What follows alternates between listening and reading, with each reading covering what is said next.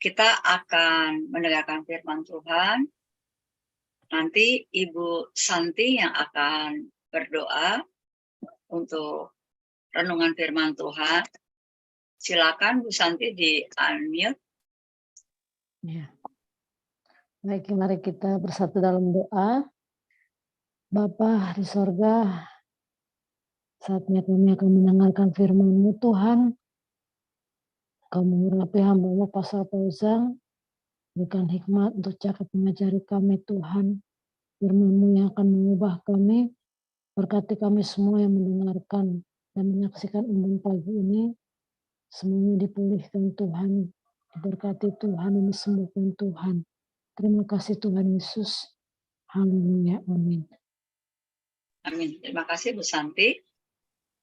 Pembacaan firman Tuhan diambil dari Yesaya pasal 48 ayat 1 sampai 22. Nanti Ibu Nerliana yang akan membacakannya, dan Wahyu 18 ayat 1 sampai 24 nanti Bapak Apen yang akan membacakannya. Ya, silakan Bu Nerliana. Ya, baik, terima kasih Bu Cinta. Salam Bapak Ibu semua yang hadir di YouTube. Marilah kita membaca firman Tuhan dari kitab Yesaya 48 ayat 1 sampai 22. Demikian firman Tuhan. Dengarlah firman ini, hai kaum keturunan Yakub yang menyebutkan dirinya dengan nama Israel dan yang adalah keturunan Yehuda, yang bersumpah demi nama Tuhan dan mengakui Allah Israel, tetapi bukan dengan sungguh-sungguh dan dengan tulus hati. Bahkan mereka menyebutkan dirinya menurut kota kudus, dan mereka bertopang kepada Allah Israel, Tuhan semesta alam namanya. Firman Tuhan. Hal-hal yang terjadi di masa yang lampau telah kuberitahukan dari sejak dahulu. Aku telah mengucapkannya dan telah mengabarkannya. Kemudian, dengan sekonyong-konyong, aku melaksanakannya juga. Dan semuanya itu sudah menjadi kenyataan. Oleh karena aku tahu bahwa engkau tegar tengkuk, keras kepala dan berkepala batu, maka aku memberitahukannya kepadamu dari sejak dahulu, sebelum hal itu menjadi kenyataan. Aku mengabarkannya kepadamu supaya jangan engkau berkata, berhalaku yang melakukannya, patung pahatanku dan patung tuanganku yang memerintahkannya. Engkau telah mendengar semuanya itu, dan sekarang engkau harus melihatnya. Tidakkah kamu sendiri mau mengakuinya? Aku mengabarkan kepadamu hal-hal yang baru dari sejak sekarang, dan hal-hal yang tersimpan yang belum kau ketahui. Baru sekarang hal-hal itu diciptakan, dan bukan dari sejak dahulu. Dan sebelumnya, engkau tidak mendengarnya, supaya jangan engkau berkata, memang aku telah mengetahuinya. Engkau tidak mendengarnya ataupun mengetahuinya. Juga telingamu tidak terbuka dari sejak dahulu. Tetapi aku telah mengetahui bahwa engkau berbuat hianat sekeji-kejinya, dan bahwa orang menyebutkan engkau pemberontak sejak dari kandungan.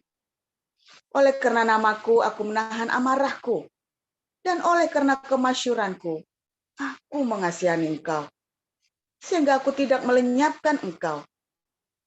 Sesungguhnya, aku telah memurnikan engkau, namun bukan seperti perak. Tetapi aku telah menguji engkau dalam dapur kesengsaraan. Aku akan melakukannya oleh karena aku. Ya, oleh karena aku sendiri. Sebab masakan namaku akan dinajiskan. Aku tidak akan memberikan kemuliaanku kepada yang lain. Dengarkanlah aku, hai Yakub, dan engkau, Israel, yang kupanggil. Akulah yang tetap sama. Akulah yang terdahulu. Akulah juga yang terkemudian. Tanganku juga meletakkan dasar bumi, dan tangan kananku membentangkan langit. Ketika aku menyebut namanya, semuanya bermunculan. Berhimpunlah kamu sekalian dan dengarlah. Siapakah di antara mereka memberitahukan semuanya ini? Dia yang dikasihi Tuhan akan melaksanakan kehendak Tuhan terhadap Babel dan menunjukkan kekuatan tangan Tuhan kepada orang Kasdim. Akulah yang mengatakannya dan yang memanggil dia juga.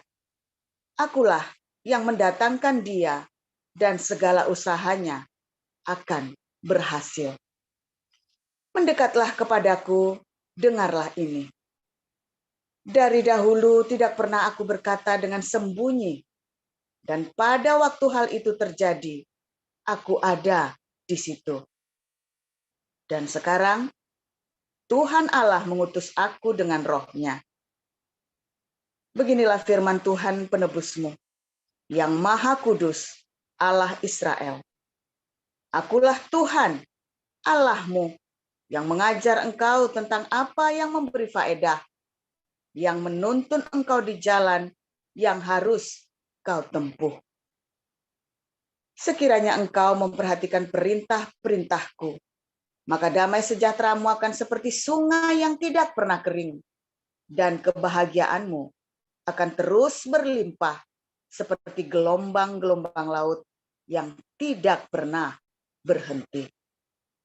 Maka keturunanmu akan seperti pasir, dan anak cucumu seperti kersik banyaknya. Nama mereka tidak akan dilenyapkan atau ditiadakan dari hadapanku. Keluarlah dari Babel, larilah dari Kasdim. Beritahukanlah dengan suara sorak-sorai dan kabarkanlah hal ini. Siarkanlah itu sampai ke ujung bumi. Katakanlah, Tuhan telah menebus Yakub, hamba-Nya.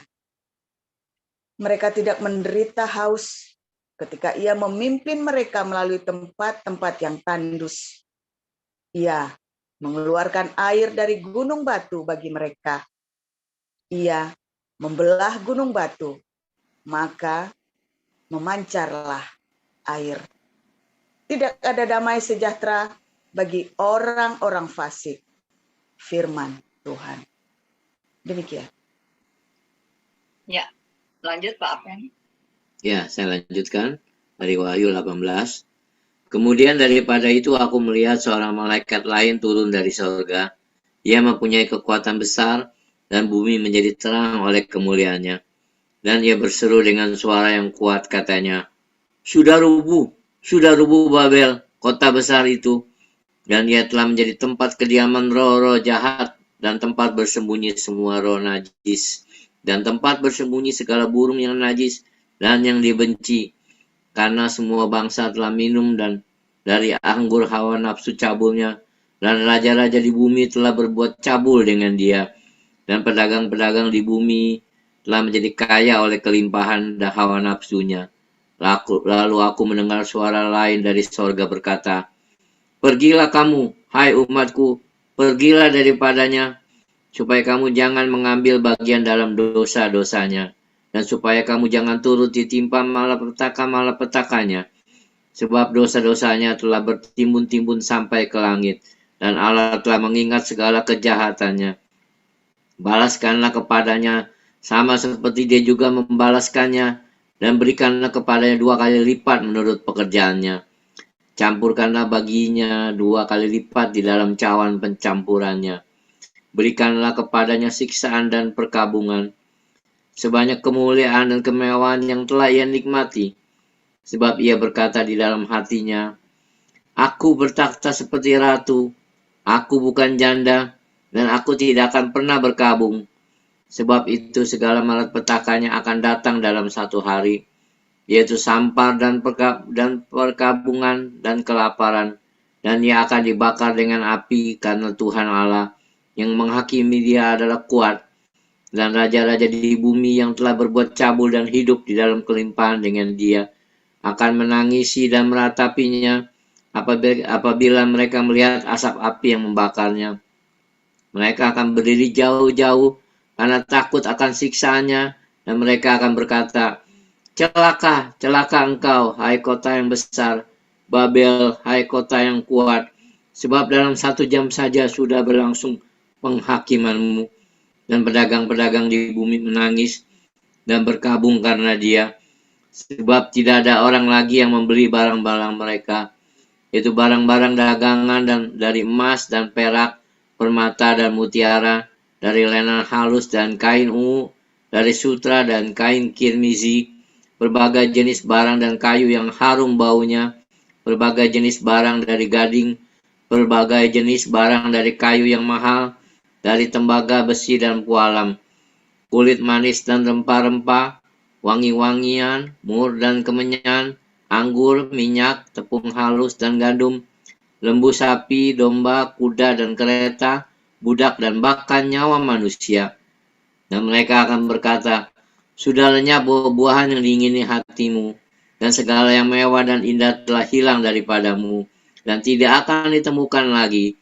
Mereka yang memperdagangkan barang-barang itu, yang telah menjadi kaya oleh dia, akan berdiri jauh-jauh karena takut akan siksaannya, dan sambil menangis dan meratap, mereka berkata, celaka, celaka, kota besar yang berpakaian lenan halus, dan kain ungu dan kain kirmisi, dan yang dihiasi dengan emas, dan permata dan mutiara, sebab dalam 1 jam saja kekayaan sebanyak itu sudah binasa, dan setiap nakoda dan pelayar, dan anak-anak kapal, dan semua orang yang mata pencarian di laut berdiri jauh-jauh dan berseru.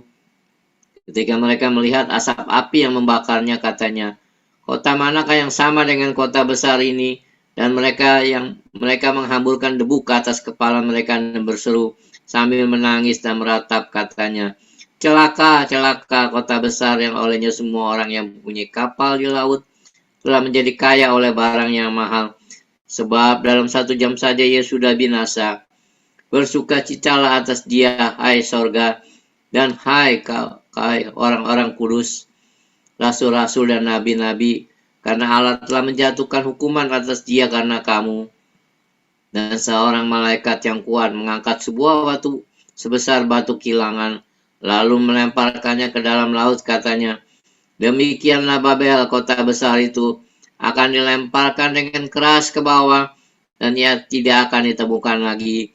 Dan suara pemain-pemain kecapi dan penyanyi-penyanyi, dan peniup-peniup seruling dan sangkakala tidak akan kedengaran lagi di dalammu, dan seorang yang ahli dalam sesuatu kesenian tidak akan ditemukan lagi di dalammu, dan suara kilangan tidak akan kedengaran lagi di dalammu, dan cahaya lampu tidak akan bersinar lagi di dalammu, dan suara mempelai laki-laki dan pengantin perempuan tidak akan kedengaran lagi di dalammu, karena pedagang-pedagangmu adalah pembesar-pembesar di bumi. Oleh ilmu sihirmu semua bangsa disesatkan, dan di dalamnya terdapat darah nabi-nabi dan orang-orang kudus, dan darah semua orang yang dibunuh di bumi. Demikianlah firman Tuhan. Ya, terima kasih para lektor, Ibu Nerliana dan juga Bapak Apengkwe. Renungan firman Tuhan hari ini akan disampaikan oleh gembala kita, Pastor Joseph Paulzang, yang berjudul Keluar dari Babel. Silakan, Pastor. Ya, haleluya, luar biasa. Firman Tuhan selalu baru, ya, setiap hari, ya, memperbarui hidup kita. Ya, tetapi pertanyaannya, kenapa banyak orang sudah ke gereja berdoa, tapi kok hatinya tetap aja ya ruwet gitu ya. Kadang tiap hari itu bahasa roh keras-keras di rumah itu ya. Tapi kenapa ya rumah tangganya tetap ruwet?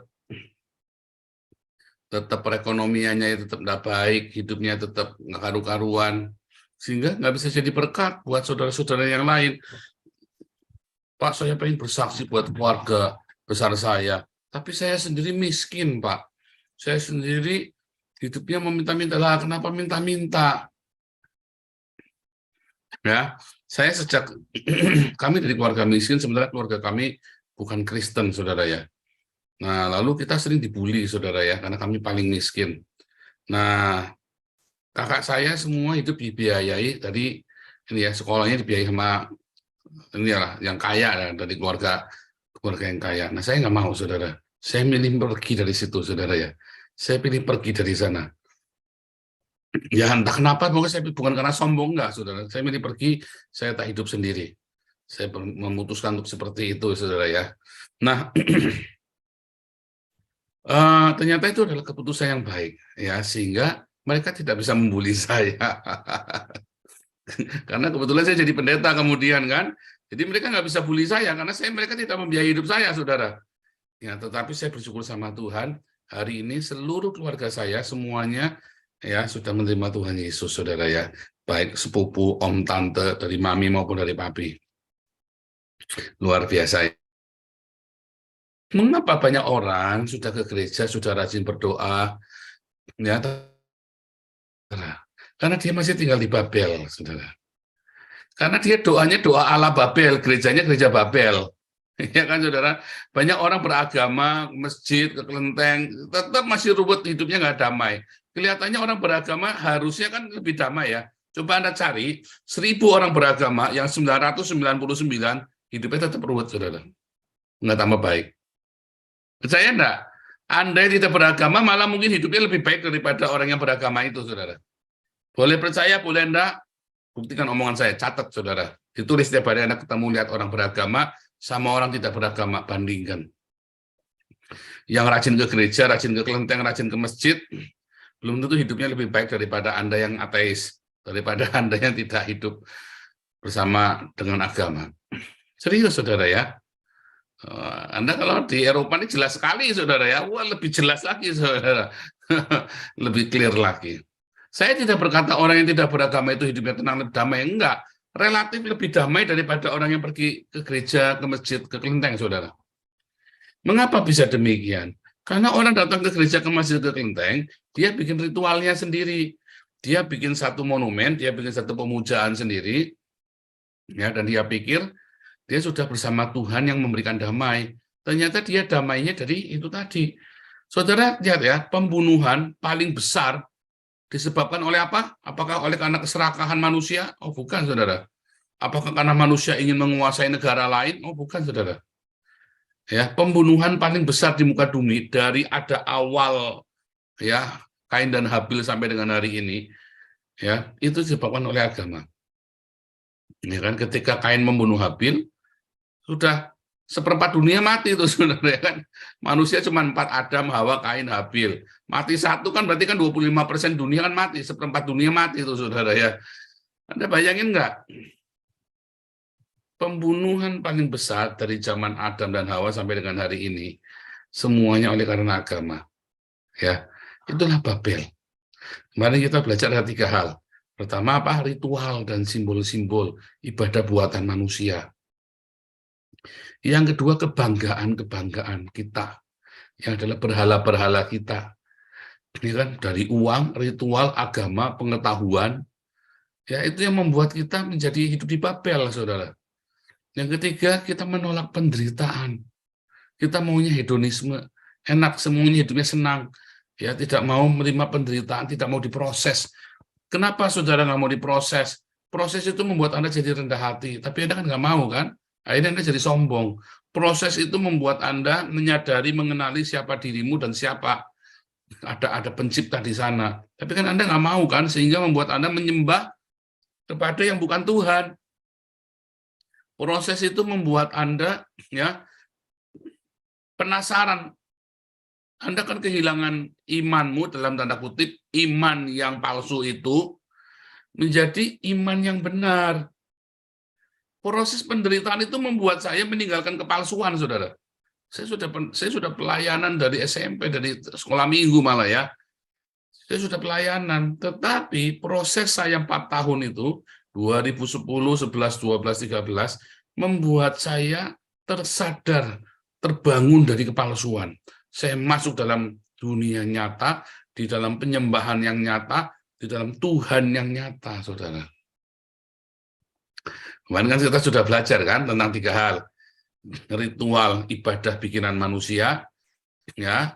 Kedua, pemujaan-pemujaan, berhala-berhala, yaitu kesombongan dalam hidup kita. Ketiga, menolak penderitaan. Hari ini kita harus keluar dari situ, saudara. Kalau Anda masih di sana, nggak heran hidupmu nggak berubah. Kamu masih suka menghakimi orang lain, masih suka merasa kamu yang benar, orang lain salah. Ya, kamu yang paling maha benar, orang lain maha salah. Oke, dari 7 miliar di dunia ini semuanya salah, cuman kamu yang benar. Karena kamu tinggal di Babel. Ya, karena kamu tinggal di Babel, maka kamu akan mudah sekali untuk apa, saudara? Mudah sekali untuk membunuh, membenci orang. Ketika Agustan kena asap, lagi stroke, Anda langsung wah bersorak-sorai seakan-akan itu hukuman Tuhan Yesus. Benarkah Tuhan Yesus pengen Agustan mati, saudara? Coba Anda pikirkan, Tuhan Yesus pengen Agustan bertobat, apa Tuhan Yesus pengen Agustan mati, saudara? Nah, kalau Anda bilang Tuhan Yesus pengen Agustan stroke, mati, menderita, berarti Anda, Yesusnya beda dengan Yesusnya saya, saudara ya. Yesusnya saya itu pengen Agustan itu sembuh dan bertobat. Ya, kalau Yesusmu ya beda, ya mungkin Yesusmu bin siapa, beda, mungkin beda lah. Ada banyak Yesus di muka bumi ini, saudara. Ya kan? Mungkin beda dengan Yesus saya. Kalau Yesus saya itu ya, dulu saya maki-maki Tuhan Yesus ya. Apakah Tuhan Yesus langsung saya tempelin sampai mati? Saya enggak, saudara ya. Pendeta ya tak injek-injek, saudara ya, tak ludahin di bawahnya salibnya itu, di bawah mimbar gereja tak ludahin kok, saudara. Apakah Tuhan Yesus marah sama saya? Tuhan Yesus kasihan, hati saya terluka, dia tahu. Di hatinya, dia tahu saya sedang terluka, saya sedang kecewa, hati saya sedang busuk. Dia tahu, dia kasihan. Aduh, kasihan amat kamu nih, hambaku satu, anakku yang satu ini. Nah, diberi belas kasihannya, saudara. Iya kan? Nah, kenapa? Yesus yang sejati itu bukan Yesus yang suka menghakimi, bukan Yesus yang suka menghukum. Dia adalah Allah yang suka mengampuni, dan kalau bisa aku menggantikanmu, kata Yesus. Kalau bisa aku menggantikanmu. Masalahnya kamu tidak mau menerima diriku, sehingga aku tidak bisa menggantikanmu. Ayo terima aku supaya aku bisa menggantikan posisimu. Ketika saya kemudian, iya Tuhan, aku mau Tuhan. Cuman keputusan, saudara, cuman sebuah keputusan, aku mau Tuhan. Oh, saudara, sweet, saudara. Hari itu saya dipulihkan. Saya cuma bilang, aku mau Tuhan. Langsung dipulihkan, saudara. Tinggalkan Babel itu, tinggalkan semua ritual. Saya nggak berkata Anda tinggalkan gedung gereja, enggak ya, saudara ya. Anda tetap ke gereja baik-baik. Yang gerejanya ada AC-nya, ya Anda bayar kolektor yang sepantasnya. Jangan cuma goceng ya. Kasihlah goban, 50.000 itu loh, gereja ada AC-nya. Anda nonton Mongol stres, Anda nonton Cak Lontong aja bayarnya 1 juta. Tiketnya lah, Anda mau dengarkan kabar kehidupan, bayarnya cuma goceng, saudara. Kayak bayar tukang parkir aja bayar 5.000 udah nggak mau sekarang, saudara. Dilempar balik uangnya ke mukamu kan. Ya, itulah saudara ya. Makanya saya tidak melarang Anda pergi ke gedung gereja. Salah, saudara ya. Pergilah ke gereja. Itu baik karena komunitas. Tapi Anda harus pergi ke gereja yang suka berdiakonia. Kalau Anda pergi ke gereja yang tidak berdiakonia, Anda kan diajarin spirit Babel lagi, saudara. Apa sih yang membedakan gereja Babel dengan gereja Tuhan Yesus? Cuma diakonia, saudara. Sepele ya. Cuma diakonia saja. Anda lihat tadi di Wahyu 18 ya. Bisnis yang paling luar biasa, bisnis apa itu? Perdagangan apa? Itu kan dagang tadi kan. Dagang gereja, dagang masjid, dagang Islam, dagang Kristen, dagang agama. Anda lihat biksu-biksu Buddha ngitung uang ya. Punya pesawat jet pribadi.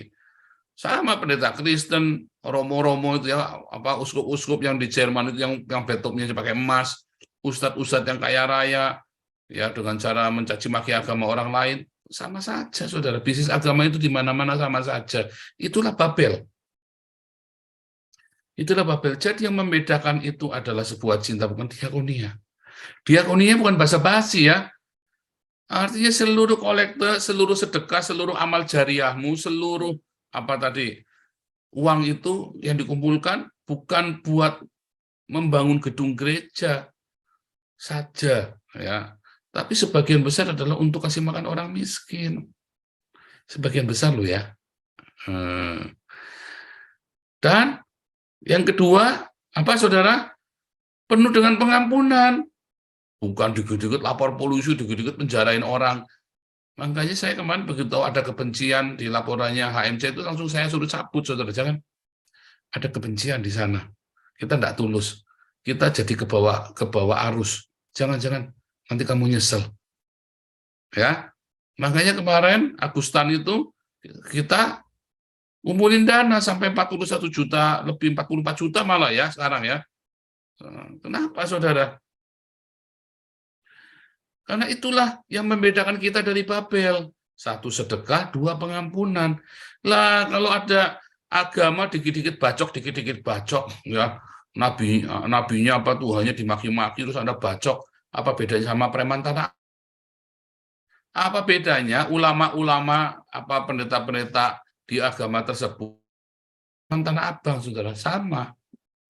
Iya kan? Dikit-dikit bacok, dikit-dikit apa senggol bacok. Anda nonton tadi malam tuh ya. Senggol bacok. Apa bedanya ulama atau pendeta dengan preman Tanah Abang? Apa bedanya ulama beda dengan mafia, saudara? Dengan mafioso yang di Italia itu bedanya apa? Sama. Tersinggung dikit bacok, saudara, halal darahnya. Apa sih yang membedakan? Ya, itu cuma itu, saudara.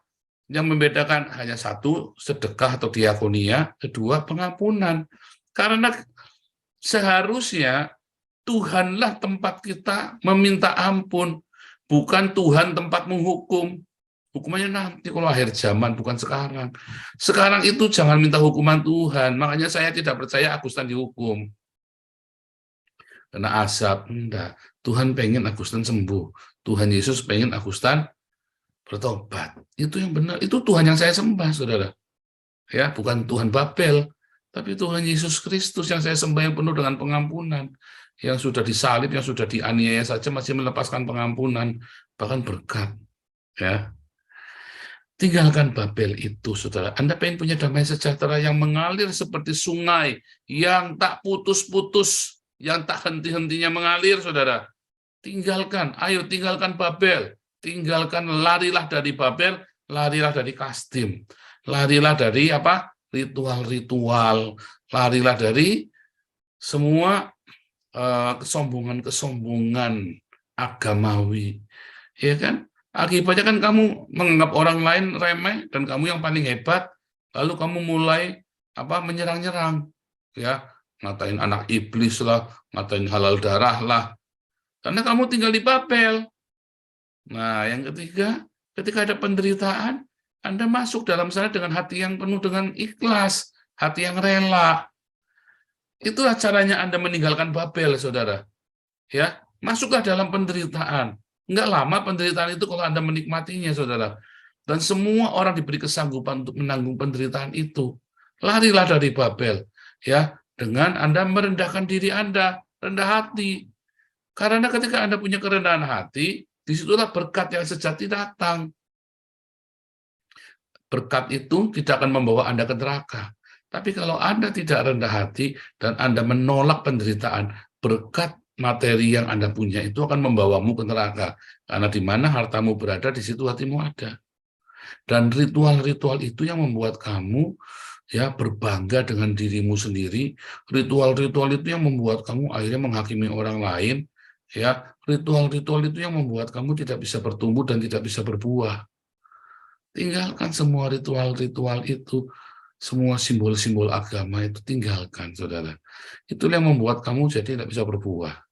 Ya, mari tinggalkan, larilah dari Babel, saudara, dengan masuk di dalam penderitaan, pikul salib kita, via dolorosa, ya difitnah, dicaci maki, kita tetap memberkati. Ya, jangan kita lagi susah kita bilang Yesus, engkau baik, sungguh baik, sangat baik. Ya, tetap hidup di dalam kerendahan hati. Jangan merasa lebih hebat dari orang lain, jangan merasa lebih suci daripada orang lain. Kita semua orang berdosa. Kita semua ini ya orang-orang yang layak untuk dihukum, tetapi kita menerima pengampunan sehingga kita jangan menghakimi orang lain. Ya, dan tinggalkan semua ritual-ritual buatan manusia. Allah adalah roh. Menyembahnya di dalam roh kita. Di dalam batin kita yang murni itu yang benar, bukan dengan fisik kita, saudara ya. Larilah dari Babel, tinggalkanlah Kasdim, supaya damai sejahteramu itu mengalir dengan tak putus-putusnya seperti sungai yang mengalir ya. Tuhan Yesus memberkati.